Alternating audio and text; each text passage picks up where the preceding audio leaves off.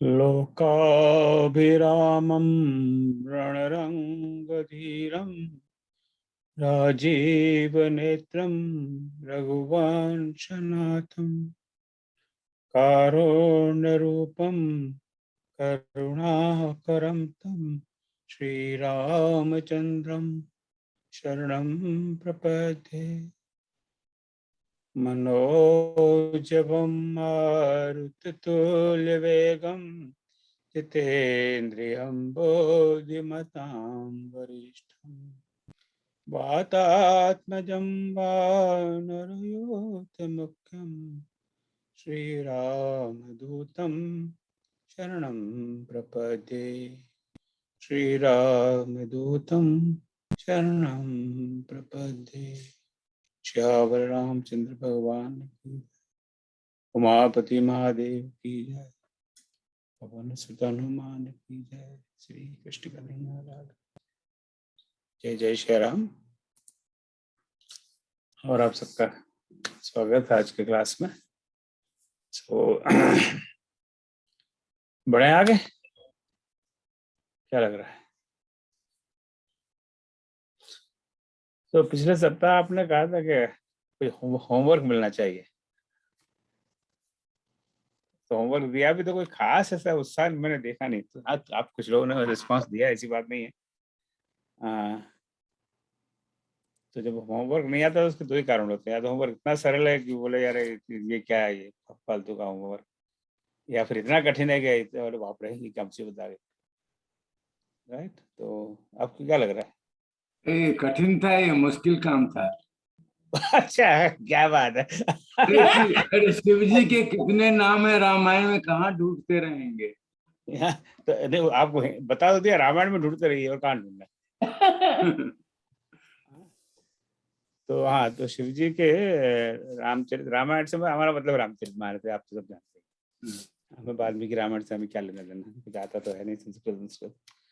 तो रामचरितमानस में, रामायण में शिव जी के क्या क्या नाम है। फिर आप में तो कुछ लोगों ने तो जितने भी दुनिया भर के शास्त्रों में नाम वो सारे डाल दिए, उनसे हमें क्या मतलब है। मैं तो रामचरितमानस सुनना ही, शिव जी के क्या क्या नाम है और साथ में वो नाम वो कैसे पढ़े वो भी हम जानना चाहते हैं ना। So that was one homework, which is kind of incomplete, right? और दूसरा क्या, एक और दिया था, नहीं क्या था?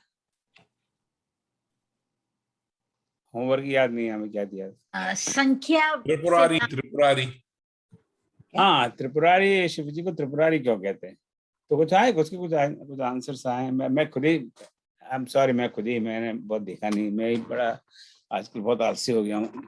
क्या करूँ, ये उम्र का तकाजा है, बुढ़ापे में काम होता नहीं है। तो उसका भी कुछ उत्तर तो आए। और तीसरा क्या था? हाँ, कि संख्या, अरे भाई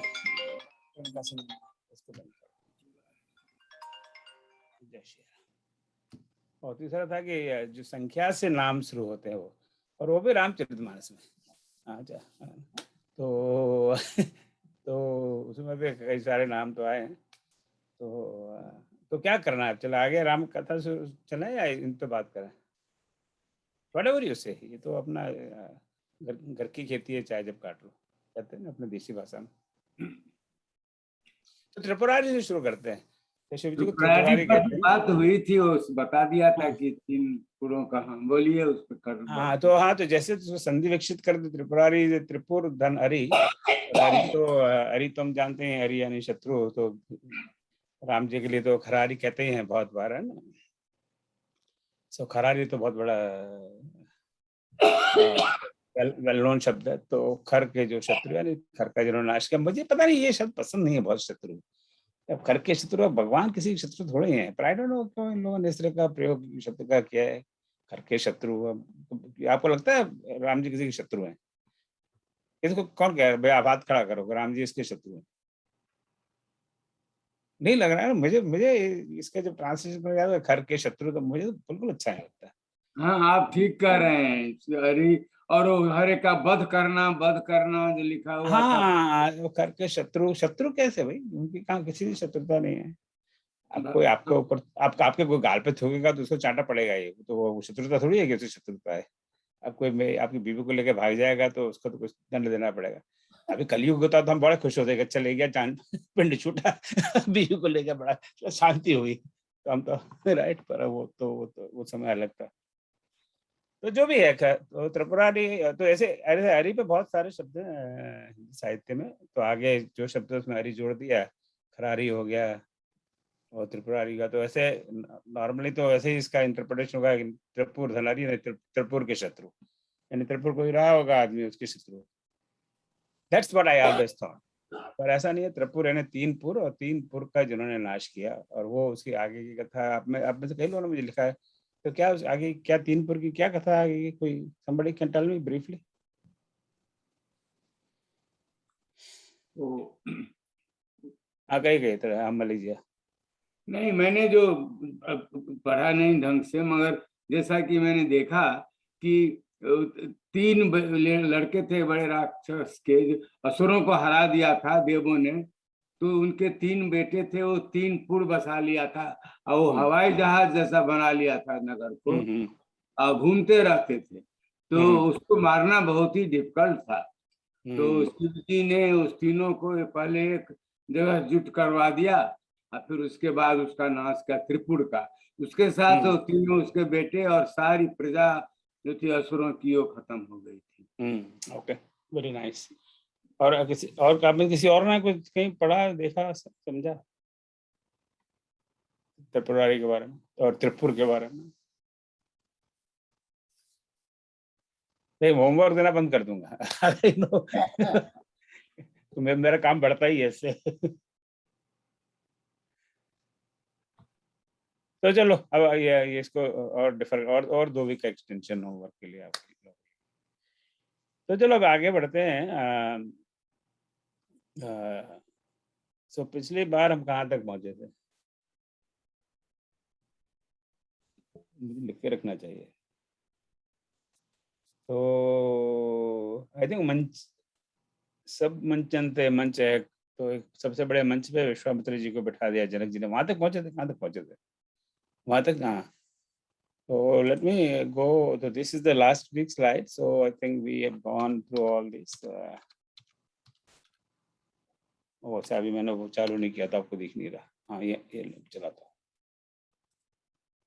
कहाँ गया शेयर स्क्रीन? ओके, यहाँ तक पहुँच गए थे ना, राइट? क्या और भी आगे पहुँच गए थे? स्लाइड शो नॉट नाउ, यही तक था, यही तक है ना?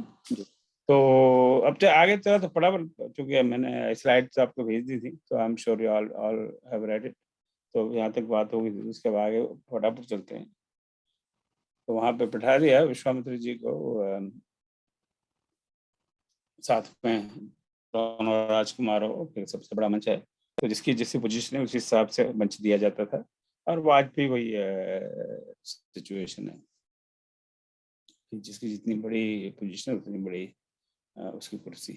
मैं अपना एक अनुभव सुना, मुझे बड़ा आश्चर्य हुआ था। 5 साल कह रहा हूँ 1996 में, कितने साल हो गए, 25 साल हो गए।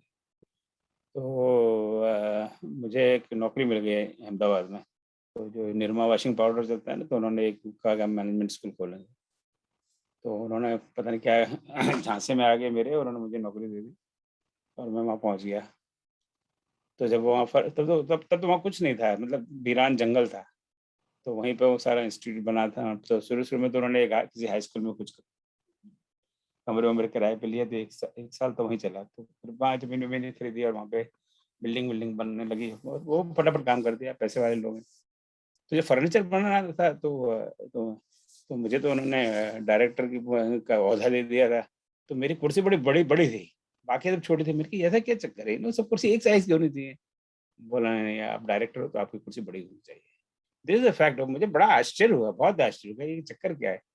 इवन जो टेबल है सामने बैठना को, टेबल की साइज भी उस हिसाब से निश्चित कर रहे थे कि लेक्चरर का टेबल 4 फीट बाय जो भी साइज होगा, ये 2 फीट बाय 3 फीट, जो रीडर है उसका उससे 6 इंच बड़ा, और जो प्रोफेसर उससे उससे बड़ा, और डायरेक्टर सबसे बड़ा। तो I this is a fact and I was just shocked with that. तो बोला नहीं सर, बोले सर ऐसा ही होता है कि इस तरह से टेबल चेयर की अरेंजमेंट होती।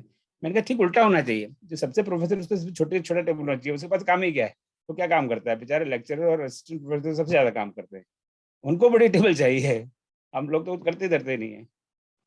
पर एनीवे ये ट्रेडिशन है, but this is my actual experience, life time experience. मैंने काफी विरोध किया, पर मेरा विरोध मेरी कौन सुनता है, तो नहीं माने, बोला नहीं नहीं सर ऐसा ऐसा नहीं चलेगा, ऐसे ही करना पड़ेगा। सर इसमें एक एक चीज ऐड कर। हाँ तो कही यहाँ पे एक संस्था है हरिद्वार में, शांति कुंज, उनका बड़ा अच्छा एक तरीका है। वो कहते हैं कि कार्य जो है वो सामर्थ्य के अनुसार, और जो कॉम्पनसेशन है वो आवश्यकता के अनुसार। तो वहां पे उन्होंने ऐसी व्यवस्था की हुई है कि जिसका परिवार जितना बड़ा होगा उसको उतना ही बड़ा घर मिले, तो वो चाहे किसी भी पद पे हो।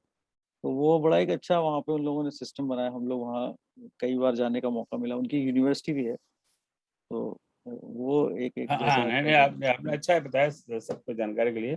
कभी आप जाएं हरिद्वार, हरिद्वार और ऋषिकेश के बीच में है, जी। और बड़ी अच्छी संस्था है। हमने एक बार वहाँ पे ह्यूमन वैल्यूज इन मैनेजमेंट पे कॉन्फ्रेंस भी की थी, सो वेरी नाइस प्लेस। और वहाँ पे जी। उन्होंने एक बताया था, थोड़ा साइड ट्रैक हो रहे हैं, क्योंकि गौशाला है, और उन्होंने जी। हमें बताया, and I have to believe it, पर जब एकादशी होती है तो जो गाय भी सब व्रत रखती है। आप क्या गाय को व्रत को क्या, उनको घास मत डालो तो बेचारी अपना व्रत, but ऐसा नहीं है कि एकादशी के दिन आप जाओ और वहाँ घास डालो तो गाय गाय घास नहीं खाती है। Can you believe that? And और जिसने मुझे कहा, I have no reason to believe he was lying, I have no reason, क्या why would he lie? So सारे लोग, और सारे सारे मनुष्य नर नारी वो तो व्रत रखते हैं एकादशी के दिन, पर वहाँ गौशाला में भी गाय गाय पूरा व्रत रखती है उस दिन। मुझे अभी भी एक तरफ तो ये कहता है कि अरे ये ऐसे कैसे हो सकता है, और दूसरी तरफ कहता है कि उनको हम उस इस बात को लेकर मुझसे झूठ क्यों बोले। सो वहाँ से एक वेरी बात बड़ी इंटरेस्टिंग। वहां से एक बड़ी अच्छी बात सीखी थी सर मैंने, कि दिन को जो है वो ब्रेक कैसे देना है। वहां पे शाम को 5 बजे करीब एक फ्लूट बजती है, भजन की एक फ्लूट होती है। तो वो उस समय एक सिग्नल होता है, जो जहां है वो वहीं बैठ जाए, रुक जाओ। तो पूरे संस्था में सब लोग वहीं स्थिर हो जाते हैं जहां है। तो हम लोग, मैं और रजत जी निकल रहे थे, तो उन्होंने हमसे कहा नहीं नहीं अब आप यहीं बैठ जाइए। हमने कहा हमें जाना है बाहर, हमने निकलना है, रुड़की जा रहे हैं। बोले नहीं कुछ नहीं, आप यहीं बैठ जाइए। वो हम वहीं बैठ गए। और सिर्फ 5-7 मिनट में इतनी सुंदर उसकी ध्वनि थी, 5-7 मिनट में हम सब कुछ वाकई में भूल गए, और दिन की समाप्ति का एक वो हो गया, मन में आ गया। वो बड़ी बहुत अच्छी संस्था है, आप लोग कभी हरिद्वार की तरफ जाएं तो प्लीज डू। चलो वेरी नाइस, अच्छा good general knowledge and useful information. अब हमारे जो बंदी हैं राम महाराज के, वो भुजा उठा के कहते हैं राजा का प्रण, कि देखिए हम आप लोग यहाँ इकट्ठे हुए हैं, but there is a reason, ये उनके विशाल प्रण को कहते हैं। आई थिंक ये सब कर चुके थे नहीं। सो चलो मैं बिल्कुल फटाफट, आई थिंक 5 मिनट में ये वाला कर देता हूँ। सो ये राजाओं का भुजाओं का, आई थिंक वी डिड, यही तो पुरानी की बात आई थी, सोई परारी को तो कटोरा, राज समाज आज जो तोरा, ध्रुवंजय समेत वेदे बने विचार करें। आज हमारे शिव बाबू नहीं आए, तो शिव जी, हाँ यही तो पे हम लोग थे, मानस में शिव जी के नाम बाળકો તમે ધ્યાનથી નથી સાંભળતા હોમવર્ક, હા તો રામચરિત માનસ में शिव जी के नाम। सुनिपन सकल भूप अभिलाषे पट मानी अतिशय मन माके, तमक ताक तक शिव धर धर ही उठै न कोट भात बल रही। अब ये शब्द अलंकार का जो प्रयोग है इस लाइन 132 में, तमक ताक तक, तमक ताक तक, जो अब जो अच्छे गायक हैं उसको ऐसे जोर से पढ़ते हैं कि आनंद आता है। तमक ताक तक शिव धर धर ही, तो उठै न कोट भात बल रही। So I'm not just going through all these lines now. तमक धरई धन मोड़ नृप उठे नहीं चलई लजाए, मन उपाय बट बाहु बल अधिक अधिक करवा। यहाँ पे मैं वो पैसे वाली बात की थी नहीं, वो बच्चा पैसा लेके जाता है, चवन्नी लेके, last time did we talk about that? हाँ तो ये सब हो गया। नपन बिलोक जनक अनु अकुलाने, बोले बचन रोष जुसाने, अब जनक हुई माँ के बट मानी भी मही मही में जाने। सो जनक जी यहाँ क्रोधित हो गए। आई मीन क्रोधित से ज्यादा मतलब उनको बड़ा डिप्रेशन हो गया कि क्या हो रहा है, इतने बड़े बड़े यहाँ योद्धा राजा वीर आए हुए हैं, और ये धनुष इनसे हलता तक नहीं है। तो उस निराशा में आदमी निराशा में भी क्रोधित हो जाता है। इस पृथ्वी पर अब कोई वीर नहीं रहा। सो यहाँ पे I think I put a question कि जनक जी क्रोध क्यों करते हैं और क्या क्रोध भी एक जीवन की आवश्यकता है। I think we talked about, I think लिख लेना चाहिए कि नोट की कहाँ हम लोग ये क्रोध से, वैसे तो एक तरफ हम लोग सब जगह निंदा होती है, काम क्रोध लोग, ये पाप के मूल क्या होता है। तो अब पर यहाँ ये क्रोध कर रहे हैं। अब आगे हमारे राम जी भी क्रोध करते हैं जब समुद्र रास्ता नहीं रहता है, 3 दिन बैठ के उसकी पूजा अर्चना करते हैं सुंदरकांड में यार, पर कभी भी नहीं उठते हैं। तो लक्ष्मण जरा मेरा धनुष बाण ला और इसको जरा मैं सिखाता हूँ लिसन। तो जब जैसे ही उन्होंने धनुष पर बाण चढ़ाया ऐसे ही और बेचारा रोता पीटता समुद्र आ गया। सो क्रोध के एक जीवन में भी एक आवश्यकता है, पर कब और कैसे करना चाहिए, that is very important thing. अगर अगर कोई महाभारत का युद्ध हम देखते हैं टीवी पे और उसमें अगर अर्जुन क्रोध में नहीं आएगा तो कैसे द्रोण का वध करेगा, भीम क्रोध में नहीं आएगा तो कैसे दुर्योधन की जंगा पे उस समय को दया का भाव रखेगा दुर्योधन के प्रति तो जंग तो गदा चलेगी ही नहीं। सो ये दंड, क्रोध एक दंड का ही स्वरूप है। तो दंड साम दाम दंड भेद, वो तो हम 4 नीतियों में है ही। तो दंड की भी जीवन में आवश्यकता है, पर कब और कैसे उसका प्रयोग करना चाहिए, that is I think very important thing. तो इसका भी एक I can give you homework कि ये मानस में है कब कब जो अच्छे लोग हैं उनकी बात करता हूँ। रावण है वो क्रोध करता है, उसको छोड़ो, वो तो अकारण भी क्रोध कर सकता है। जो अच्छे लोग हैं, गुड पीपल, उन्होंने कब कब क्रोध किया और क्यों किया, उनको क्या जरूरत पड़ी क्रोध करने की, right. This all can be topic for discussion in Ramcharit Manas कि क्रोध को राम ने या सीता ने या लक्ष्मण ने या यहाँ पे हम जनक हैं या दशरथ हैं या मंदोदरी हैं। मंदोदरी को मैं तो अच्छे कैरेक्टर मानूं। तो उन्होंने कब कब क्रोध किया और क्यों किया, और तो उससे हम क्या समझ सकते हैं कि हमें जीवन में क्रोध क्या अनिवार्य है, और अगर अनिवार्य नहीं है, अनिवार्य है, तो what kind of discrimination we should use, कब क्रोध करें, कितना क्रोध करें, किस पे क्रोध करें, तो वो एक प्रश्न खड़ा होता है। So we will not discuss that, but I think I like to leave that as a thought for you. अब चूंकि अब ये उन्होंने तो डायरेक्ट जनक जी ने अटैक कर दिया कि यहाँ तो सब कोई वीर है ही नहीं, मतलब सब लोग नपुंसक बैठे हुए हैं, यही बात उन्होंने कह दी बेसिकली। ये शब्द का प्रयोग अब तुलसीदास जी तो ऐसे शब्द का प्रयोग नहीं करेंगे। तो अगर इसकी जगह वाल्मीकि जी तो ऐसे सीधे ही कह देते हैं कि यहाँ सब नपुंसक बैठे हुए हैं।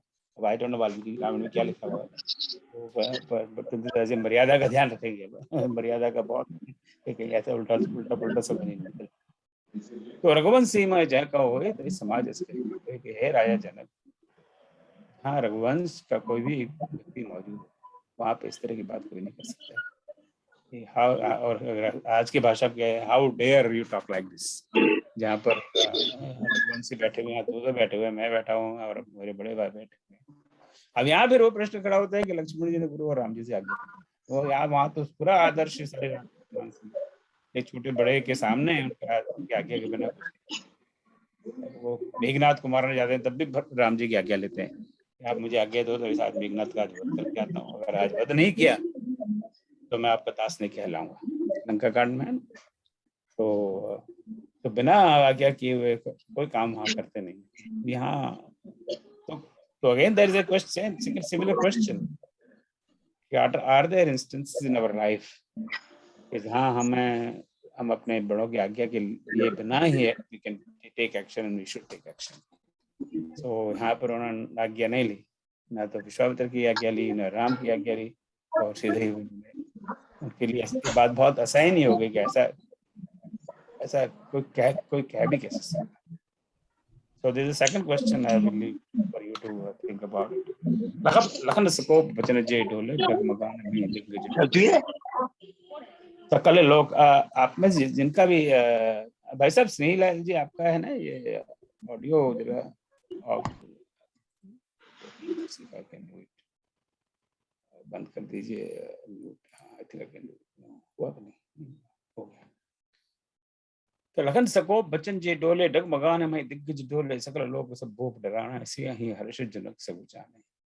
तो अब लक्ष्मण जी अगर क्रोध करेंगे तो आप सोच ही सकते हैं क्या होगा। हाँ, सकल लोग सब भूप डराना, सारे के सारे लोग डर गए। पर से ही हर्ष, अब सीता जी को मनमुख हर्ष, अब तो टेंशन हो रहा था सीता जी के दिमाग में, ये क्या चक्कर है, यहाँ धनुष बैठा हुआ है, कोई राजा उठा नहीं पा रहे, ये राम जिस जो राजकुमार है, जो मुझे अच्छा लगा है, गौरी ने मुझे आशीर्वाद भी दिया है कि मन भाव तुमको वर मिलेगा, और यहाँ हो क्या रहा है, पार्वती जी का आशीर्वाद लगता है कि ठीक बड़ा गड़बड़ वाला आशीर्वाद था, तो इसमें मेरिट नहीं लगती है। तो ये तो चुपचाप बैठा हुआ राजकुमार, हल भी नहीं रहा वहां से। पर ये सुनकर हृदय में आशा जागी, से ही हर्ष। और जनक जी को अब संकोच हुआ कि अब मुझे ये संकोच है। इसलिए मैं बार बार कह रहा हूँ ना कि हर लाइन में there is a question and there is a reason. अब जनक संकुचा नहीं, अब ये भी एक कम कब कौन संकुचाता है, ये भी बहुत बड़ी बात है। भगवान राम तो बार बार संकुचाते हैं, विभीषण को तिलक करते हैं तब एकदम ऐसे सर नीचे करके तिलक करते हैं, कोई देख नहीं ले इसको तिलक कर रहा है, बड़ा एकदम सकुचा कर तिलक करते हैं। इसको अब क्या है, सिर्फ एक लंका गया तो राज दिया, इसमें कौन सी बड़ी बात है, ये तो बड़ी एम्बैरेसिंग बात है। अब कोई अंबानी के पास चला जाए दान लेने, और अंबानी उसको 100 रुपए का नोट दे, तो लोग उसकी निंदा ही करेंगे ना कि इतना बड़ा करोड़पति अरबपति सबसे धनाढ्य आदमी है, व्यक्ति है भारत देश में, और 100 रुपए का दान कर रहा है। तो अगर अंबानी ने 100 रुपए का दान किया तो वो यही कहेगा कि इसकी कहीं रिपोर्टिंग नहीं हो जाए नहीं तो मेरी बड़ी बदनामी होगी। तो सब वो भी 100 रुपए का करेगा तो अच्छा चलो मेरी तरफ से 50 करोड़ रुपए का दान तो ठीक है सर बात ये क्या है, लंका का राज्य तो दिया है, कौन सी बड़ी बात। तो यही एक मर्यादा वाली बात है कि सब कुछ चाहने को उनको आप संकोच हुआ कि मैंने ऐसी बात शायद मुझे इब्बत पर विचार मुझे ऐसी नहीं करनी चाहिए। यही यहाँ पे बैठे हुए राजकुमार दोनों जने और रघुवंशी हैं, और रघुवंशी तो बड़े बहादुर होते हैं, मुझे पता है, फिर भी अब मुझसे निकल गया जो निकल गया, तो सब चाहिए। अब वो टाइमिंग वाली बात, अब तक विश्वामित्र जी चुपचाप वहाँ पे सिएस्टा कर रहे हैं आराम से, चाय वाय मिल गई उनको, चाय नाश्ता कर रहे थे, पर उनको कभी चाय नाश्ता करने का समय नहीं है। अब तो ये बात बहुत बढ़ गई है, और ये लक्ष्मण को जरा कुछ ज्यादा ही क्रोध आ जाए तो बहुत मुश्किल हो जाएगी, इसको रोकना बहुत मुश्किल है। राम को तो रोक भी सकते हो, लक्ष्मण को नहीं रोक सकते, इसलिए लक्ष्मण के कोई मंदिर नहीं बनाता है, राम के मंदिर बहुत है। अब राम के करोड़ों मंदिर हैं, लक्ष्मण के कोई 15-20 मंदिर तो होने चाहिए कि नहीं होने चाहिए, नहीं क्या लग रहा है आपको? आपने देखा क्या लक्ष्मण जी का मंदिर? एक है मंदिर हमने देखा है, वो बद्रीनाथ के रास्ते में लक्ष्मण जी का मंदिर है। अच्छा लक्ष्मी का मंदिर, अच्छा, ओ वेरी नाइस। और ये तो अच्छा हुआ आपने अच्छा बताया, क्या नाम क्या है मंदिर का कोई ऐसा विशेष नाम लक्ष्मण जी नहीं? का एक मंदिर है, वो कुंड बहुत बड़ा लेक है वहां पर। अच्छा।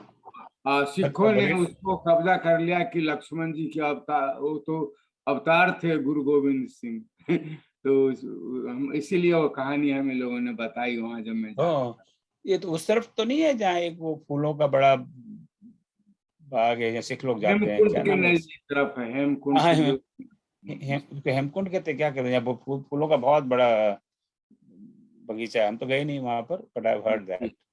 वो फूल का भी बोलते हैं, फूल की हाँ, घाटी। तो वहां पर है फूल की घाटी है, वहां पर है ये लक्ष्मी जी का मंदिर। पता नहीं, मैंने तो कार वाला वो जो ले गया इधर से उधर मैं तो कहानी बताई किसी उसने ओके। तो वहां पर ऋषिकेश में भी सर लक्ष्मण मंदिर, लक्ष्मण झूला, लक्ष्मण जी के नाम से कुछ स्थान है वहाँ पर। हाँ लक्ष्मण झूला तो है वो, जी, लक्ष्मण बैक मंदिर भी है सर वहाँ लक्ष्मण पर। मंदिर भी अच्छा, तो चलो है थोड़े बहुत मंदिर इसका जी मतलब। जी। हाँ। तो एक जो भरतपुर है, मेरे ससुराल है, वहाँ पर एक लक्ष्मण जी का मंदिर है, और बड़ा विशाल मंदिर है, उसका नाम ऐसे ह्यूज इन पर, वहाँ दो बहुत बड़े विशाल मंदिर है, एक है लक्ष्मण मंदिर और गंगा मंदिर। गंगा मंदिर है, गंगा जी का मंदिर है, गंगा गंगा माता की मूर्ति है, और दूसरा लक्ष्मण जी का मंदिर है। अब तो सारे मंदिर तो आपको पता ही है, सरकार के कंट्रोल में, they are very poorly managed. So तो 5, 6, 7, 8 साल बहुत पुरानी बात नहीं है, हालांकि हम बचपन से वहाँ जाते हैं, मेरी बुआ वहाँ रहती थी। तो लक्ष्मण मंदिर है, very very no very very well known place, बीच बाजार में। तो इस बार करीब मन में उत्कंठा हुई कि मैं अंदर मंदिर में जाकर देखूं तो सही है क्या। बाहर से निकल जाते थे बाजार में से, तो मंदिर में गए। उस समय वो आरती का भी टाइम हो गया था संयोग से, ऐसे 11:30 बजे ऐसे कुछ टाइम था। तो आरती हुई, वही 10-12 लोग थे। तब मैंने तो आरती उन्होंने कौन सी गाई पता है? अब लक्ष्मण जी का मंदिर है, वहां लक्ष्मण और उर्मिला की मूर्ति है। Can be guess? Shri Ramchandra कृपाल भज मन हरण भव भय। मैंने पर आरती तो पूरी, मैंने कहा पंडित जी तो लक्ष्मण जी का मंदिर है, ये आप क्या राम की आरती? मैं ऐसे उल्टे सुलटे प्रश्न करता रहता हूँ। लोग मुझे भगा भी देते हैं कई बार मार पीट के। तो उन्होंने बहुत सुंदर उत्तर दिया। नॉर्मली ये पुजारी लोग 90% टाइम उत्तर जैसे देते नहीं है, देना नहीं चाहते, या उनको पता ही नहीं। पर ही वॉज वेरी नाइस। उन्होंने कहा कि लक्ष्मण जी को भी यही पसंद है कि राम जी की आरती गाई जाए। क्योंकि हम लक्ष्मण जी की आरती गाएंगे तो हम अभी मूर्ति में से बाहर आके हमको पीटेंगे। सो इसलिए अब ये बातें मैं अपनी ओर से जोड़ रहा हूँ। तो हम इसलिए राम की स्तुति करते हैं क्योंकि लक्ष्मण को भी यही पसंद है कि राम की स्तुति की। Such a beautiful answer, right? So, पर वहाँ पे unfortunately I did not get any material, reliable information on the history of the temple. That's a very serious problem with our places in India. एक इतनी बड़ी बड़ी जगह हैं, इतनी पुरानी जगह हैं, पर वहाँ पे कोई ऑथेंटिकेटेड कोई पिक्चर पोस्ट कार्ड हो या कोई किताब हो या कोई सीडी हो उसके बारे में जानकारी देता हुआ, there is nothing.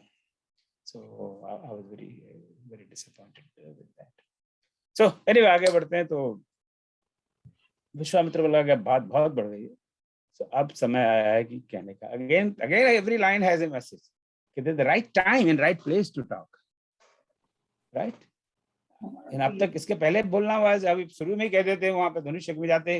जब उन्होंने उनके दूतों ने कहा कि अच्छा भाई ये राज्य का प्रण है, तो भी कहते राम को कहते, राम ऑलरेडी बता चुके थे कि क्या घटना घटित हुई है पुष्प वाटिका में, he was aware of it.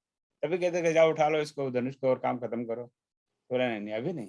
The world has to know that how strong this boy is, or and relative to everybody else. Let other people try. तब उसकी महत्ता बढ़ेगी। शुरू में करते थे वो तो बाकी सभी लोग रहते करे, वो मैं उठा लेता और मैं उठा लेता और मैं उठा लेता और मैं कर देता और मैं वो कर देता। Nothing doing. So there's the right time. हम जब महाभारत में भी देखते हैं ना, गुरु द्रोण अंतिम फाइनल एग्जाम लेते हैं बच्चों का, कि आज फाइनल एग्जाम है, इसमें पास हो गए तो डिग्री मिलेगी, नहीं तो भैया फेल दोबारा आना पड़ेगा। तो अर्जुन को अंत में बुलाते हैं कि तुझे क्या दिख रहा है पेड़ पर। इसके पहले बाकी लोग ऐसा क्यों, पहले क्यों नहीं बुला लिया अर्जुन को? सबसे पहले अर्जुन को सबसे पहले बुलाते क्या दिख रहा है, वो कहते था अच्छा मेरे को इसकी आंख दिख रही है, तो बाकी स्टूडेंट को तो कोई के लिए अलग क्वेश्चन पेपर बनाना पड़ता है। अब एक क्वेश्चन पेपर बनाना भी एक बहुत बड़ा टेढ़ा काम है प्रोफेसरों के लिए। तो बोले ऐसा क्वेश्चन पेपर बनाता हूँ और बाकी सबको, अर्जुन को सबसे लास्ट में बुलाऊंगा। So this timing, when to say and what to say and who to say, is in every line of Ramcharitmanas we can find. So Vishwamitra सभय सुबह जानी, बोले अति स्नेह में बाने, बड़े प्रेम से कहा कि देखो बहुत टेंशन है, बिल्ड हो गया है इस समय, ये टेंशन वाला समय नहीं है, तो बड़ा शांति से काम लेना है हमें। उठो राव भंजो बहुचापा, मीटो तात जनक परितापा। जनक को बहुत बड़ा टेंशन है, बड़ा दुख है, भारी दुख है। ताप यानी दुख, यानी गर्मी, और परिताप बहुत ज्यादा दुख है। तो उनको बहुत दुख है, स्वाभाविक है, किसी भी पिता को दुख होगा जब ऐसी परिस्थिति हो। तो इनका ताप दूर करने के लिए, इनका परिताप दूर करने के लिए उठो राम भंजो बहुचाप, इनकी चाप को, और जो चाप रखा हुआ है शिव जी का, इसको आप तोड़कर इनका दूर करो, दुख दूर करो।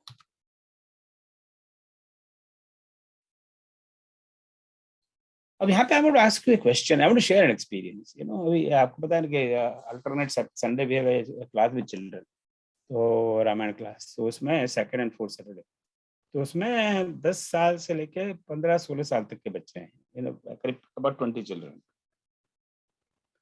तो last class they asked me question and I did not have answer, right? एक क्वेश्चन एक लड़के ने पूछा, सर वो क्लास इंग्लिश में चलती है, क्योंकि बच्चे अब आजकल, हम भले हिंदी की बड़ी लंबी चौड़ी बात करते हैं, बच्चों को तो इंग्लिश मीडियम में भेजते हैं। कोई अपवाद बात अलग है, but that's a reality, right? अभी मौका आएगा तो फटाक से भारत माता की जय, भारत माता की जय, भारत माता की जय, और कब देखते थे कब वीसा अप्रूव और कब अमेरिका भागे, और वैसे भारत माता की जय, भारत माता की जय, भारत माता की जय, and very separate topic. So his question was, sir, why this Shivaji's bow was so heavy? इतना भारी क्यों था? I had no answer. कि बाकी लोगों से उठ नहीं रहा है, हल भी नहीं रहा है, तो भारी है तो भारी. Why it has to be that heavy? How would you answer the question? अच्छा, आप लोग मुझसे ऐसा क्वेश्चन नहीं पूछते, मेरे हालत खराब हो जाए. तो आई डोंट हैव एनी आंसर. कहते मैंने ऐसे टाल टूल दिया, वो बात अलग है. And other question came, you know, मैंने अहिल्या वाली स्टोरी सुनाई तो मैंने कहा कि भाई हम अहिल्या को ले गए और पत्थर की थी, and you know Guru said कि touch her by your feet, so it touched and she became a woman, and she was cursed by her husband. So one student, you know, वो भी 12-13 साल का लड़का ही था, I think, not girl. Well, sir, why did Gautam curse his wife? Now, how do you explain that to a 12-year-old child? Right? अब आप लोगों को तो मैं कह सकता हूँ, this is what happened, right? और अभी भी नहीं कह सकता कि oh, you are just a child, you can't understand it, or I won't tell you. So, but then why you're telling this whole story anyway? Then don't tell this story, right? So, बड़ा धर्म संकट में पड़ गया मैं कि हम इनको अब I cannot talk about, you know, the physical relationship and all that stuff. और साथ में अब ये बच्चे ने प्रश्न भी पूछा तो I have to answer the first question. So अगले क्लास में one of you have to volunteer to teach. मैं तो अब नहीं पढ़ाने वाला, मेरी बस की नहीं है. So जो बच्चों को क्लास पढ़ाना चाहे please let me know. So बस आप सब लोग टर्न लेंगे तो सारा कोर्स आप लोग खत्म कर देंगे, मेरी जान छूटे. This kind of question I can't answer. So this is what happens, you know, children are very anxious to know these things. And we avoid such questions. They're difficult questions, you know, but we have to answer the questions.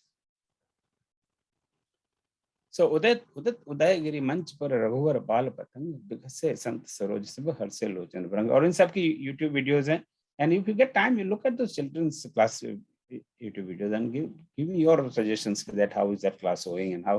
क्योंकि feedback मैं इतना प्रयास करता हूँ, but feedback really doesn't come. So give me some thoughts. तो अब चूंकि गुरु जी की आज्ञा है तो उदयगिरी मंच पर, तो Udayagiri is again imagined as एक कोई काल्पनिक पर्वत है जहाँ से सूर्योदय होते हैं. तो आप सूर्योदय तो हर जगह से होते हैं, यू नो. अभी हमने बना रखा है पूर्व में उदय होते हैं, पश्चिम में डूबते हैं. पूर्व पश्चिम भी हमारी व्याख्या है. पूर्व को हम पश्चिम कह देते हैं और पश्चिम को पूर्व कह देते हैं. हम कहते हैं कि पश्चिम में उदय होते हैं. That's our definition, you know. We have made up that definition.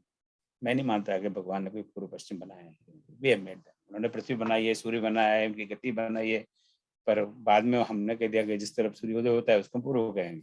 And then we define the rest of the directions.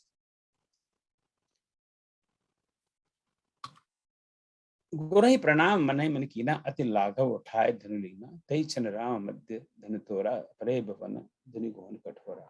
सो गुरु जी को मनी मन प्रणाम किया और अति लाघव, बड़ी लाघव, बड़ी फुर्ती से, यू नो, जैसे गए और जैसे किसी को पता ही नहीं लगा. अति लाघव उठाए धनु लीना, कई छन राम मध्य धनु तोरा, और धनुष को बिल्कुल बीचों बीच से उनका तोड़ दिया, और भरे भवन धनु घोर कठोरा. सो मैंने वो बच्चों वाली स्टोरी इसलिए बताई कि दिस वाज द क्वेश्चन. तो जो राजा जनक की प्रतिज्ञा क्या थी एग्जैक्टली? क्या राजा जनक की ये प्रतिज्ञा थी कि जो धनुष को तोड़ेगा उससे सीता विवाह करेंगे, या ये प्रतिज्ञा थी कि जो धनुष को उठाएगा उसको ये सीता विवाह करेंगे, या ये प्रतिज्ञा थी जो धनुष को उठाकर उसकी प्रत्यंचा चढ़ाएगा उससे विवाह करेंगे? There are 3 variations, and this was one of the questions the student asked me. This teenager, or even less than teenagers asked.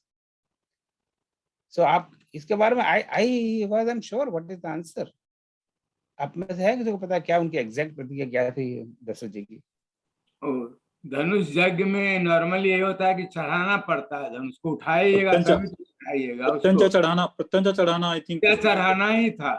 वो टूट गया वो, क्योंकि वो पुराना हो गया था सर. नहीं, वो तो लक्ष्मण जी बाद में एक्सप्लेनेशन परशुराम जी के हाँ देंगे। नहीं, मगर वो पर यहाँ तोड़ने का नहीं था। और नहीं, बहुत पर अब जगह यहाँ मिथिला में नहीं, लोग यहाँ कहता है अब कि दासी नहीं, ने अब उनको काट दिया था वो धनुष को, नहीं, यहाँ इसीलिए टूट गया। विश्वामित्र भी उनको कहते हैं, उठो राम भंजऊ भव चापा, हे राम उठो और इस चाप का भंजन करो, इसको तोड़ो।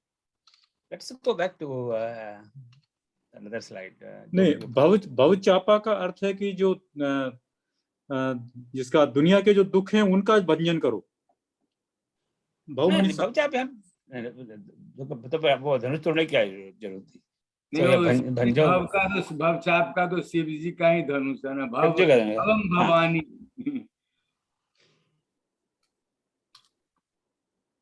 तो यहाँ पे ये बंदियों का स्टेटमेंट है, जो बंदी राजा के कह रहे हैं, सोई पुरार कोदंड कठोरा, राज समाज आज जोई तोरा। राजा जनक के बंदी कह रहे हैं कि राज समाज आज जोई तोरा, जो आज जी इसको जो तोड़ेगा।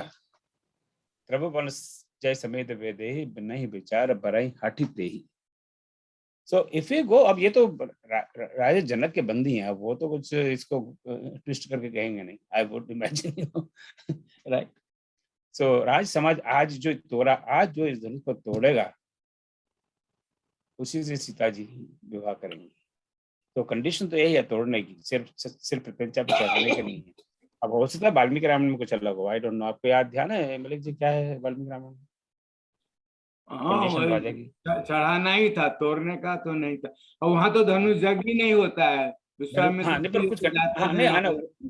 हाँ पर कुछ कंडीशन तो थी ना विवाह की उनसे हाँ धनुष। कंडीशन तो थी हाँ, कि तो व्हाट वाज सीता दैट जी ने कंडीशन? बचपन में ही उसको उठा लिया था बाएं हाथ से, तो उससे बलवान ज्यादा आदमी होना चाहिए जो उठा के वो चढ़ा सके। हाँ, सो ये भी कि no this is a question for everybody, I don't have the answer कि उनकी I think Ramcharitmanas is clear about it. उनकी कंडीशन ये थी कि इसको उठाना है और उसको तोड़ना है, ये जी यहाँ तो दिखा के। हाँ यार, जब राज समाज आज जो तोड़ा, बिना विचार बरे हटते ही, जो इसको तोड़ेगा ये सिर्फ उठाने से काम नहीं चलेगा, उठा के सिर्फ प्रत्यंचा चढ़ाने से काम नहीं चलेगा, इसको तोड़ना है, ये कंडीशन। और यही बात को रीइंफोर्स हमारे विश्वामित्र जी कहते हैं, उठो राम भंजो बहु चापा, राइट। और तेईस राम दिन, तो is all consistent, you know, there's no inconsistency. So such questions, you know, children ask me, and this was the question, and I was pulling my hair कि भाई तो रामचरितमानस में तो मुझे लगता है ऐसे लिखा है कि तोड़ना है। अभी बच्चा ही पूछ रहा है कि खाली प्रत्यंचा पे चढ़ाने की बात है, तो कहीं ना कहीं से तो सोच के आया हुआ है। So I need a volunteer to teach class next time. Satanand तब आयुष दीना, गीता गमन राम पै कीना, गावे इच्छा अभिलोक सहेली, जिसी हेमाल राम मन मिली। अब चूंकि धनुष टूट गया, इसका मतलब राजा की प्रतिज्ञा पूरी हो गई। तो जो शतानंद हैं, जो उनके कुल गुरु हैं, पुरोहित हैं, जो राजा जनक है, तो अगेन वो गुरुओं का control, guru make the decision, they tell. राजा जनक ने नहीं कहा चलो धनुष टूट गया बेटे, चल फटाफट आके माला डाल, पता नहीं कुछ चक्कर नहीं हो जाए इस बीच में। तो ये शतानंद गुरु कहते हैं उनके, भाई आप ये चलो, ये तो हो गया, आप सीता आप आओ और तो माला डालो। तो शतानंद का कोई और अता पता, एनी मोर इन्फॉर्मेशन वी है शतानंद जी के बारे सतानंद तो में? गौतम जी के पुत्र थे। हाँ, शतानंद गौतम और अहिल्या के पुत्र थे, और वो यहाँ के इनके राज पुरोहित है, राजा जनक। तो अब तो चलो काम खत्म हो गया, अब इनका विवाह वगैरह होना चाहिए। पर ये है ना कि आजकल लोग विवाह भी ढंग से नहीं करने देते। 23 अवसर सुन शिवधन भंगा, आयो वृकुल कमल पतंगा, अतर से बोले वचन कठोरा, कौ जड़ धनुष के तोड़ा। अब ये जो धनुष शिव जी का टूटा होगा तो आवाज तो हुई होगी जोरदार, तो उसकी आवाज को सुनकर आयो भृगुकुल कमल पतंगा, जो भृगु कुल के भृगु वंश हैं, उसके पतंगा मतलब सूर्य, पतंगा एक अर्थ है, एक तो पतंगा हम जानते हैं वो तितली जैसी होती है पतंगा, और सूर्य अनदर वर्ड। अभी थोड़ी देर पहले हमने देखा था राम जी के बारे में। तो भृगु वंश के जो सूर्य रूपी हैं वो आए, वो कौन है? वो परशुराम। तो भृगु वंश है, तो इनके जो परदादा हैं उनका नाम है, वो भी ऋषि हैं, उनका नाम भृगु था। तो भृगु के बारे में कुछ और कहानी पता है? भृगु ऋषि के बारे में? भृगु तो विष्णु को बहुत क्रोध करते थे, विष्णु को लात मार दिया था। अब वो लोग ऐसे भी वे लोग हैं जो भी भगवान विष्णु को लात मार दी। हाँ देखिए और तो उन्होंने भगवान विष्णु को छाती में लात मार दी, गुस्सा आ गया, मार दी। इनको कोई चिंता नहीं है और उसका निशान अभी तक उनकी छाती पर पड़ा हुआ है। तो बहुत उन्होंने शैम्पू साबुन लगाया पर वो जा ही नहीं रहा, बड़े प्रयास किए। तो भृगुवंशी है, ब्रह्मा के ओजस पुत्र हैं भृगु ऋषि और उनके वंशज हैं। तो वो उन्होंने जब ये धनुष की आवाज सुनी तो उनको पता नहीं कोई सिक्स सेंस रही होगी, उनको स्ट्राइक वगैरह, ये इतना बड़ा धनुष, इतनी बड़ी आवाज, तो ये तो शिव जी का धनुष लग रहा है, जाके मैं पता लगाता हूँ। तो उनके पास तो वो 747 सुपरसोनिक प्लेन था, उसमें बैठ के फटाक से आ गई। टाइम लगता है आने में। अतिरिक्त बोले बचन कठोरा कहु जड़ जनक धनुष के तोरा। और उन्होंने वहां आके देखा कि ये तो मेरा धनुष टूटा हुआ है, तो बोले दुखी हुए, करे अरे मेरे शिव जी का धनुष तोड़ दिया किसी ने, कौन है ये मूर्ख? तो रिस बोले, इसका मतलब गुस्सा होकर, क्रोधित होकर। एक दूसरा हमारे गुजराती में शब्द है यानी नाराज, तो नाराज होकर बोले, क्रोधित होकर बोले कि अरे, अब आदमी नाराज हो जाता है फिर क्रोधित हो जाता है। अगर उसकी सामर्थ्य है तो कोई नाराज होगा आदमी क्रोधित हो जाएगा, अगर सामर्थ्य नहीं है तो बेचारा क्या करे। अदृश्य बोले बचन कठोरा कहु जड़ धनुष के तोरा, हे जनक, इस धनुष को किसने तोड़ा? मेरे को बताओ फटाफट, इमीडिएटली टेल मी, मैं उसकी जरा खबर लेता हूँ। अति लड़ उतर देते नृपनाहि कुटिल भूप हर्षे मन मान। अब यहाँ पे again look at the protocol, who answers what question उन्होंने जनक को पूछा है, राइट? हे जनक, ये धनुष किसने तोड़ा? जनक चुपचाप बैठे हुए हैं, ना तो उनसे कहते हुए बनता है ना सहते हुए बनता है। अब नाम दे दें राम का कि इसने तोड़ा है तो फिर वहां राम परशुराम के बीच में युद्ध हो जाएगा, तो नहीं कहना ही ठीक है, और तो चुपचाप बैठे रहो। तो कई बार it's best answer is no answer, so it you don't answer, you know, that answer can be very dangerous. सो अभी कहने अत डर उतर दे तो बहुत डर गए ये तो। और परशुराम के बारे में तो हमें भोपाल वाले हमारे रामायण केंद्र के डॉक्टर राजेश श्रीवास्तव ने पूरा एक सेशन दिया था, हमें, आप लोगों को याद हो, तो उन्होंने परशुराम जी के बारे में बहुत सारी बातें बताई थी, उनके बारे में पूरा परशुराम का वो यूट्यूब वीडियो को भी देखिएगा टू रिव्यू इट। तो उनको पता है कि 21 बार क्षत्रिय विहीन पृथ्वी को कर चुके हैं, तो इनसे तो कोई पंगा लेने का मतलब ही नहीं होता। तो अभी इनको गुस्सा आ गया तो हम सभी के सभी 22वीं बार क्षत्रिय विहीन पृथ्वी को कर देंगे। हाँ, पर जो बाकी दुष्ट आए तो बड़े खुश हो गया, हाँ अब आया है कोई बंदा इनको ठिकाने लगाने वाला। यहाँ पे जब 2016-15 में इलेक्शन हुआ था यूएस में, तो हमारे ट्रम्प जी चुने गए, आपको पता है अमेरिकन रिसेंट पॉलिटिक्स के बारे में। तो जब ट्रम्प का चुनाव हुआ तो he was at that time having very anti Muslim policy. तो उन्होंने वो इमीडिएटली जो क्या वो अरब कंट्रीज से आने वाली फ्लाइट वगैरह बंद करवा दी, और इवन जो people who had green card उनको भी मना कर दिया कि they also can not enter the country and all that. तो यहाँ पे हमारे कई मित्र हैं जो बहुत ही फंडामेंटलिस्ट हिंदू हैं, बड़े खुश हुए, अब इनको ठिकाने करने वाला कोई आया। But we see it here right now, कि कह रहे हाँ इनको ठिकाने करने वाला आया है, ये राम को ठिकाने लगा देगा। खुद से कुछ नहीं होता, खुद बैठे हैं चुपचाप डरपोक कायर की तरह। तो ये I witnessed that exactly here। यहाँ पे बड़ी पार्टियों में बात होती थी, हाँ अब ट्रम्प आया है, अब ये सारे मुसलमानों को सबको ठिकाने लगाएगा। This is the very negative type of mentality. कि अगर करना हो तो आप खुद करो। Why are you banking on others? Why are you riding on others? So खुद तो कुछ करते नहीं है, बैठे रहते हैं, और ट्रम्प आ गया अभी मुसलमानों को ठिकाने लगा देगा। So anyway, this is very much relates with this experience। राजाओं से खुद तो कुछ हो नहीं रहा, और वो चूंकि परशुराम आ गए तो बड़े खुश है कि अभी राम को ठिकाना लगाएगा, वाह वाह वाह, बड़े आनंद की बात है। So some people are very happy to see bad things happening to other people, तो बड़े खुश होते हैं अगर दूसरों का नुकसान होता है।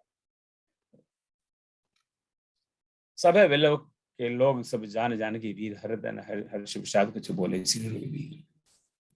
Now we can see Parshuram और जो ये संवाद है, 7-8 people in this we are doing a project on Ramcharitmanas में संवाद.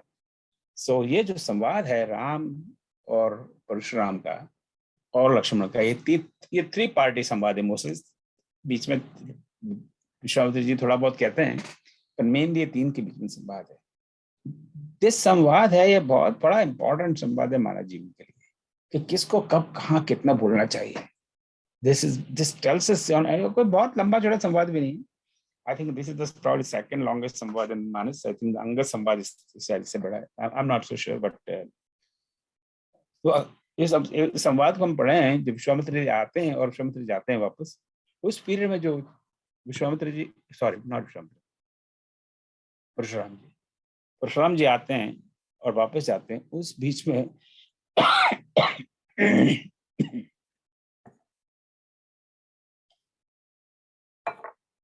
जो वार्तालाप है,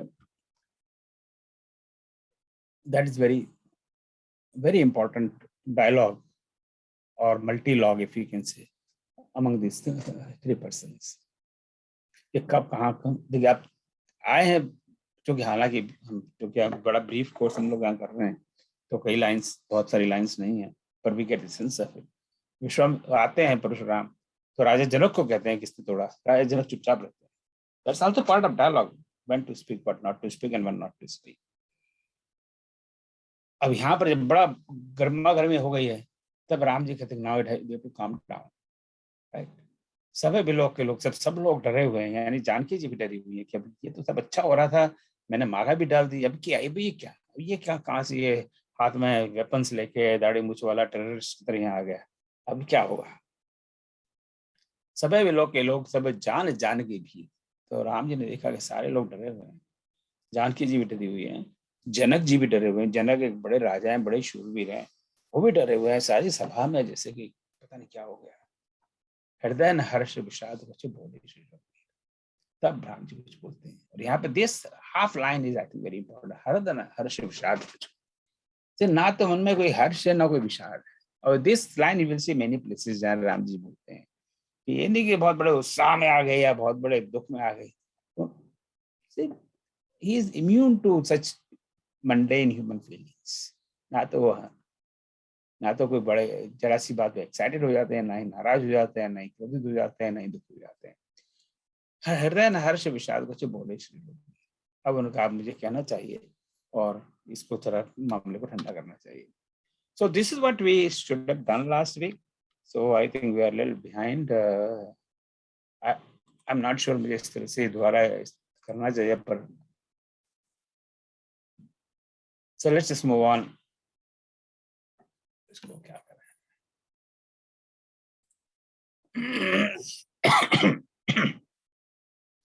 So before we move on, any question?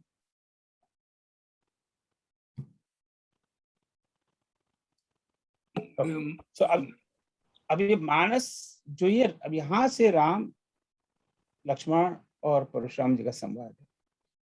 पिछले सप्ताह विनीता जी ने बात की थी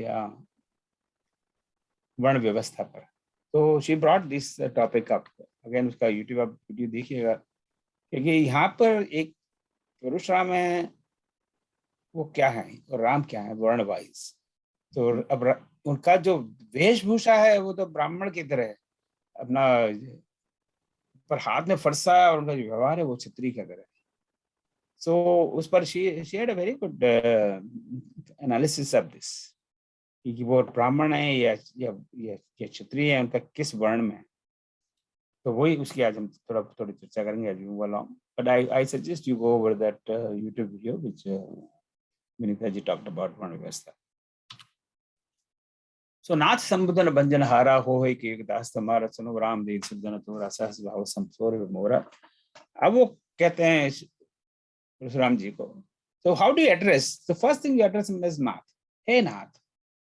So अगर हम किसी को बड़े आदर से एड्रेस करते हैं तो आधी बात वहीं खत्म हो जाती है. हे नाथ, ये नहीं कि हे दाढ़ी वाले, हे परसे वाले, nothing like that, right?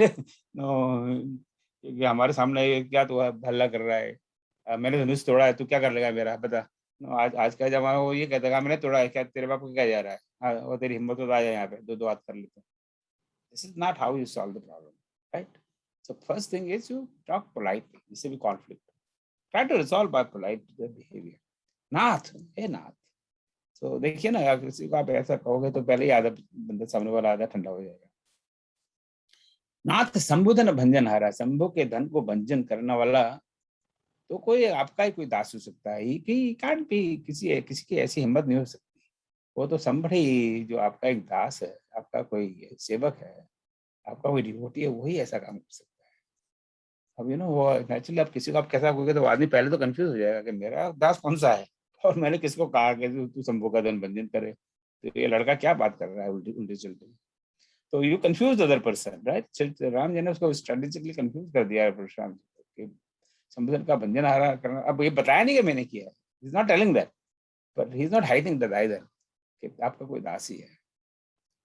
सुनो राम, अब बीच में और चौपाइयां हैं, naturally we are skipping that. सुनो राम जी सिवदन तोरा सहस भाव समसूर को मोरा. तो अब राम परशुराम कहते हैं कि अरे राम सुनो, जिसने शिवधनुष को तोड़ा है कोई भी हो, वो मेरा रिपु है, मेरा दुश्मन है, मेरा शत्रु है, there no doubt about it. और वो मेरा कैसा शत्रु है. और he is giving an example कि सहस्त्र बाहु जैसा मेरा वो शत्रु है.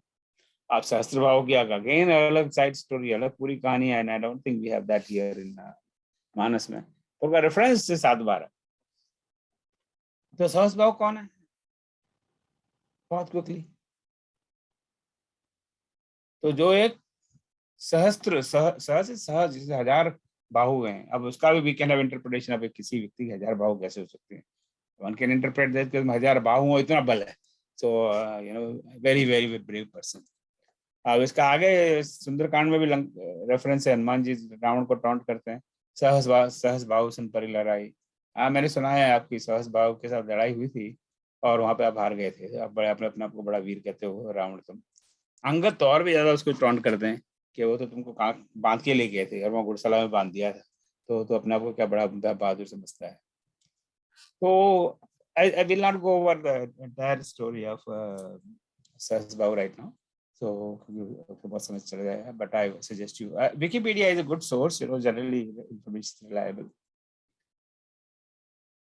तो सहस बाहु और एक शब्द आता है सहस नयन. मानस में जो मैं एक शब्द लूंगा वो सब मानस के हैं. तो सहस नयन ये कौन है? सहस नयन का क्या अर्थ है? इंद्र. सहस यानी 1000 आंखों वाला, राइट. नयन इंद्र 1000 आंखों वाला है इंद्र. भले वैसे व्यवहार उसके अंधे की तरह है, पर उसकी आंखें 1000 है. 1000 आंखें कैसे होगी उसकी? वो श्राप से, गौतम के श्राप तो उनको गौतम ऋषि ने श्राप दिया था कि तुम्हारे शरीर में 1000 छेद हो जाएं, समथिंग लाइक दैट. और पर वही किसी दैविक शक्ति से वो छेद आंखों में परिवर्तन हो गए, तो 1000 आंखों वाला है. तो जब राम का जन्म होता है तो वहां पे बात करते हैं, अरे उसकी तो ब्रह्मा जी की तो 8 आंखें हैं. तो बड़े खुश हैं कि मैं 8 आंखों से राम को देख रहा हूँ. तो सबसे बड़ा भाग्यशाली तो इंद्र है, वो तो 1000 आंखों से राम के दर्शन कर रहा है.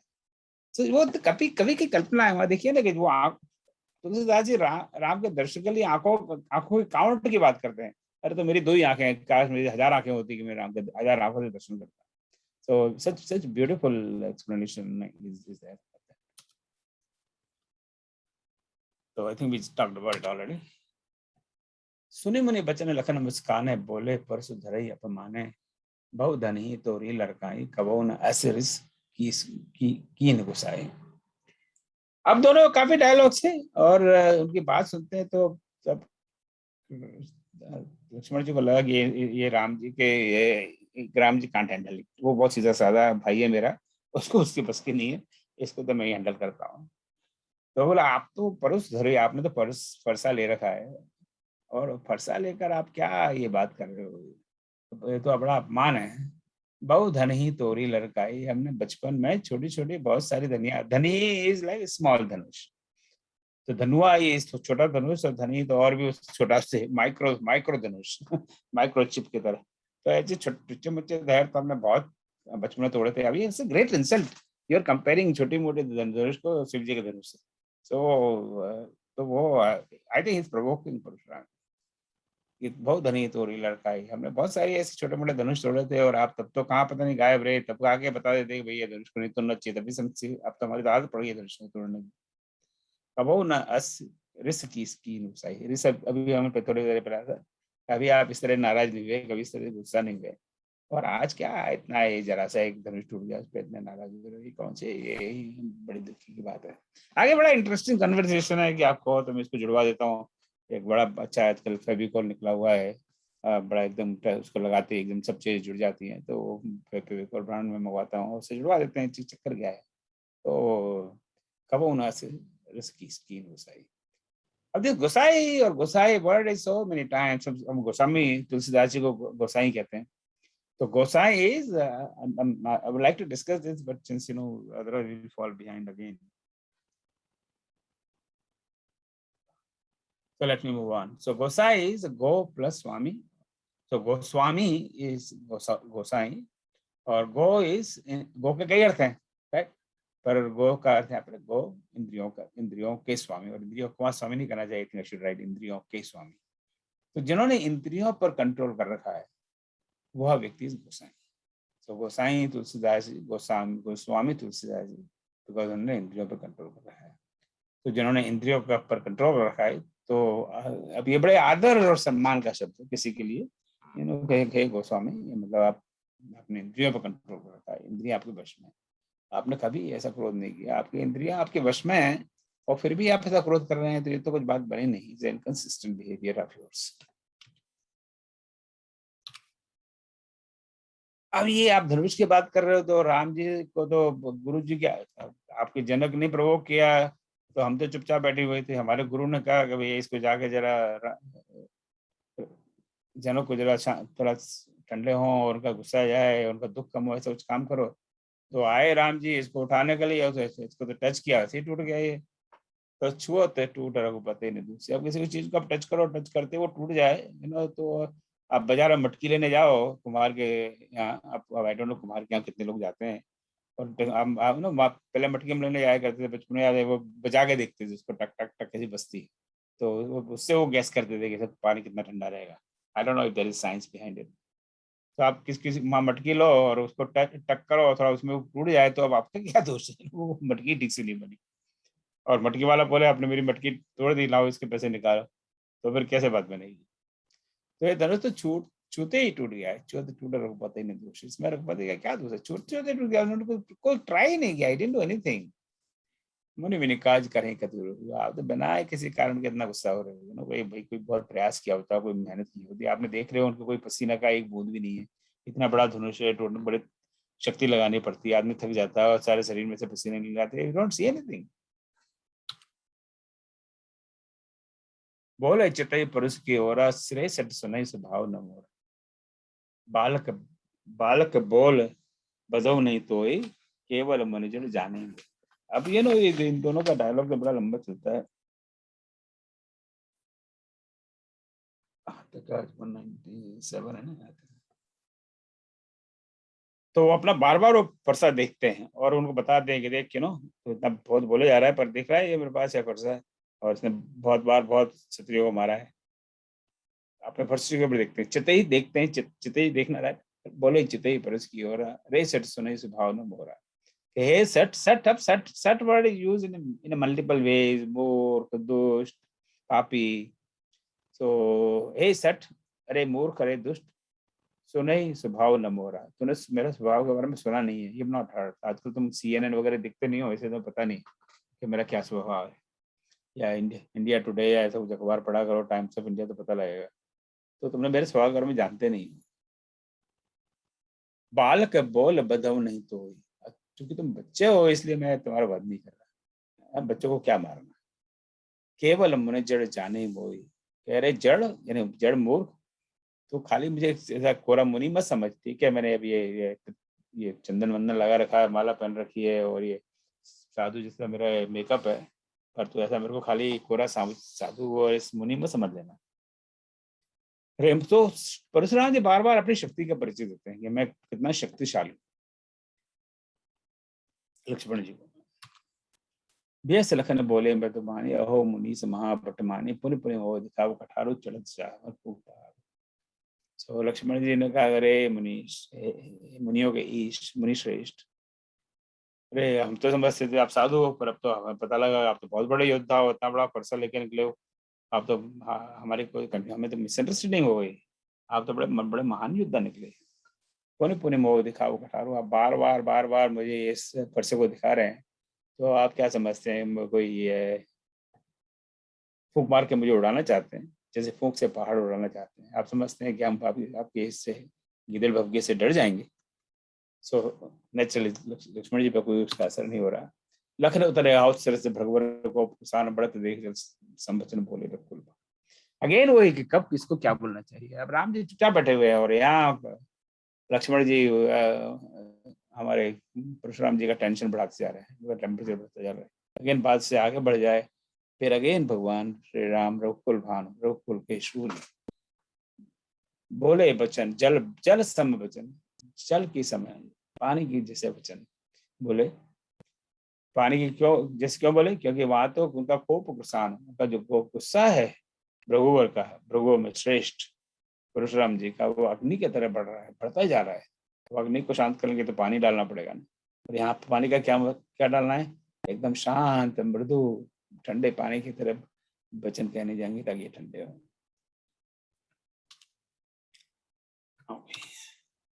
सुनऊ नाथ तुम सहज सुजाना, बालक बचन करें नहीं काना, प्रभु प्रंच के अस्प्रभुता अभय हो जय तुमराई।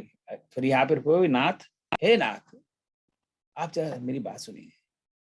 तुम सहज सुजाना, सहज शब्द पे पिछले 2 सप्ताह पहले बात की थी ये डॉक्टर राजरानी शर्मा जी ने। सहज नेचुरली, तुम सुजान हो, आप तो naturally you are so knowledgeable, आप तो इतने ज्ञानी है, इतने बुद्धिमान है।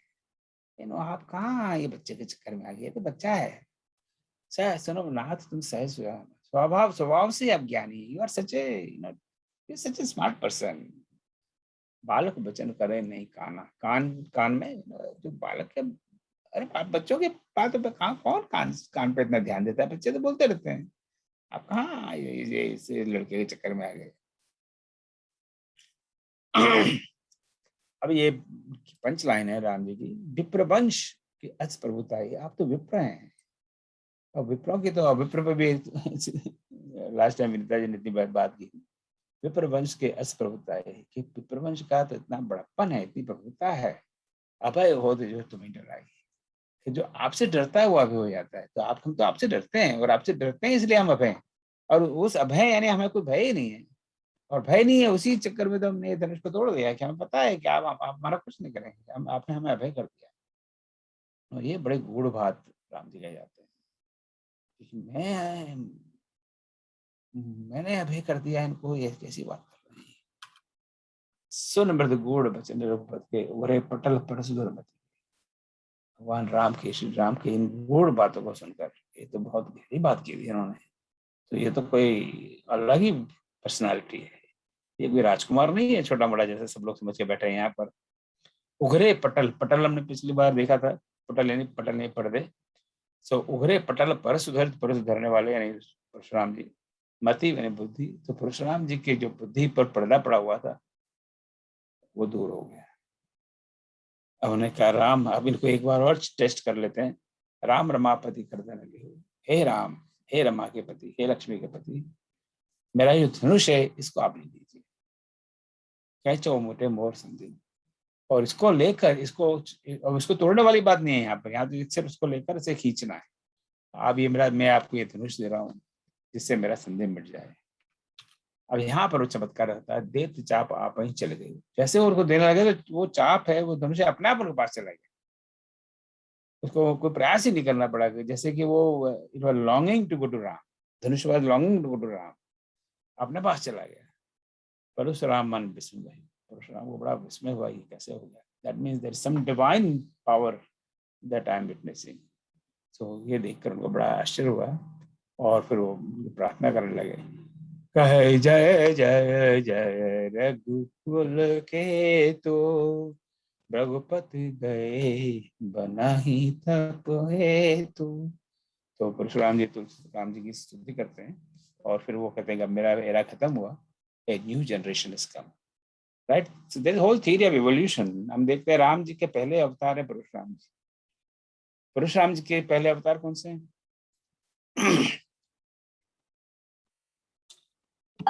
वामन अवतार, हिरण्यकश्यप, सॉरी, वामन अवतार, नरसिंह, नरसिंह,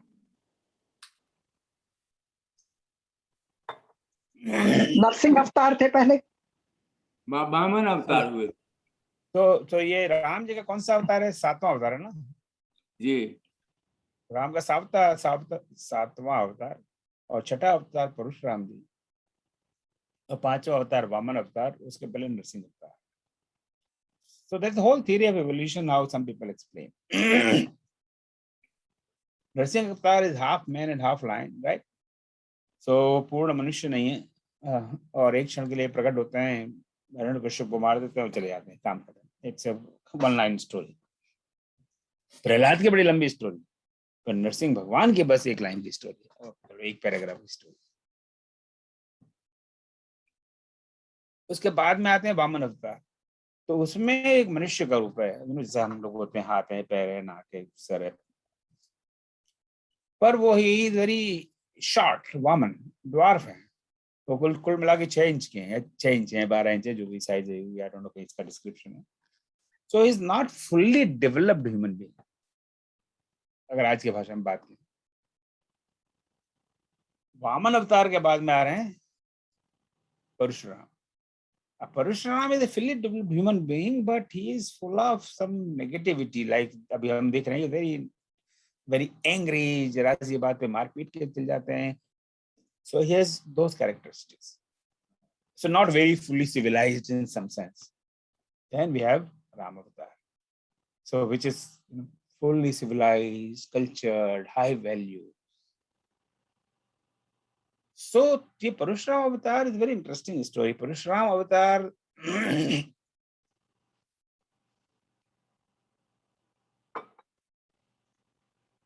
पहले हो चुके हैं, क्योंकि क्षत्रियों को विहीन कर दिया है।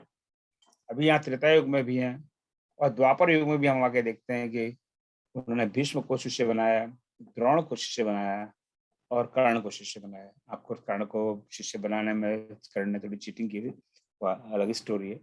तो ही कंटिन्यू। सो एक ये भी एक इंटरेस्टिंग बात है कि भगवान के दो अवतार एक साथ चल रहे हैं। अब यहाँ राम भी है और परशुराम भी है, वहाँ कृष्ण भी है और परशुराम भी है। So this is something we should keep in mind. I think इस इंसिडेंट के बाद में, ये मेरा गैस है कि वो तब करने के लिए वन में चले गए, और उन्होंने इसके बाद में ये मारपीट का काम सब छोड़ छाड़ दिया। तो बस तब में लग गई। तो ये बहुत बड़ा जो संकट आया था वो टल। तो परशुराम संवाद है, परशुराम लक्ष्मण संवाद है, परशुराम संवाद से ज्यादा जाना जाता है। It's a very important piece of Ramcharitmanas. Valmiki Ramayana में इसका ऑलमोस्ट कोई रेफरेंस नहीं है। परशुराम जी तो विवाह के बाद में रास्ते में बारात जा रही है, और फिर वहां मिलते हैं, 2 मिनट के लिए बात होती है और काम करते हैं, फिर लंबा चौड़ा इस तरह का dialogue. But this has a lot of lessons for mankind. Parashurama Samvad. When do we talk? What do we talk? How do we talk? How do we behave? And how do we settle such unpleasant situations? अब सब काम हो गया, अब क्या करना चाहिए भाई? आ गए तो आप जनक जी का, चलो ये झंझट खत्म हुआ, अब चलो आगे फटाफट इनका विवाह कराएं, फेरे वेरे डलाएं, वो काम खत्म हो, लड़की को विदा करें, बेटी को विदा करें, गंगा नहाए। तो अब अगेन वो यूनिलेटरल राजा लोग डिसीजन नहीं लेते, हमेशा गुरु के बात करके। अभी तो इस समय विश्वामित्र के संरक्षण में, तो विश्वामित्र से कहते हैं कि भैया आगे काम बढ़ाओ इसको। तो जनक कीन कौशिक प्रणाम प्रभु प्रसाद धनु भंजु रामा मोहि कृत दीन दु भाई, अब यो उचित सुखाई बसाई।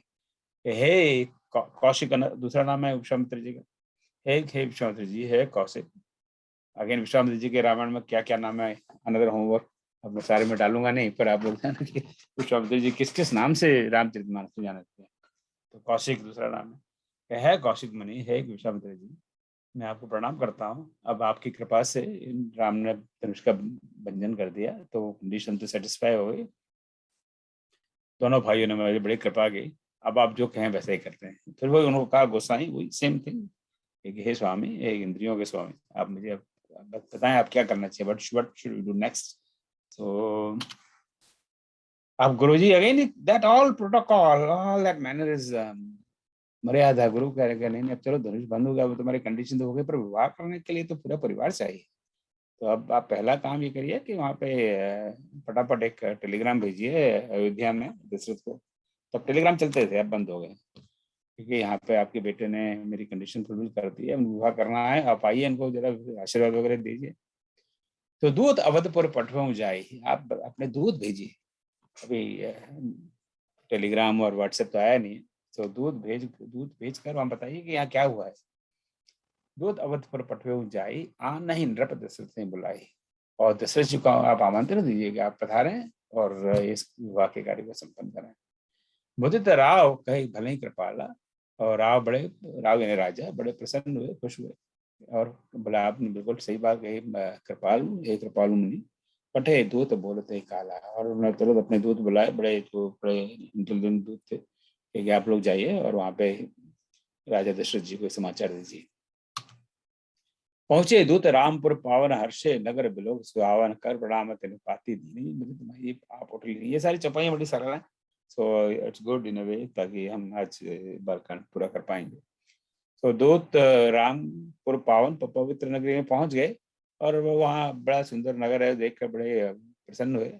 और वहाँ जाके राज दरबार में उन्होंने चिट्ठी लिखी थी, एक चिट्ठी भेजी थी ना, वो आप पता ना, आजकल भी लग्न पत्रिका लिखी जाती है। जब विवाह होता है तो लड़की वाले एक पत्रिका लिखवाते हैं पंडित जी से, लग्न पत्रिका कहते हैं, और देशी भाषा में लगन पत्रिका, लगन आ रही है, तो वो पत्रिका लड़के वाले के यहाँ भेजी जाती है। टिपिकली लड़की का, पहले तो ब्राह्मण और नाई लेके जाया करते थे, पहले नाइयों का रिवाज था, अब आजकल तो लड़की का भाई और वो सब लेके जाते हैं, और पत्रिका के साथ तो आजकल तो फिर वो लड्डू और गिफ्ट्स और सारी चीजें जाती हैं।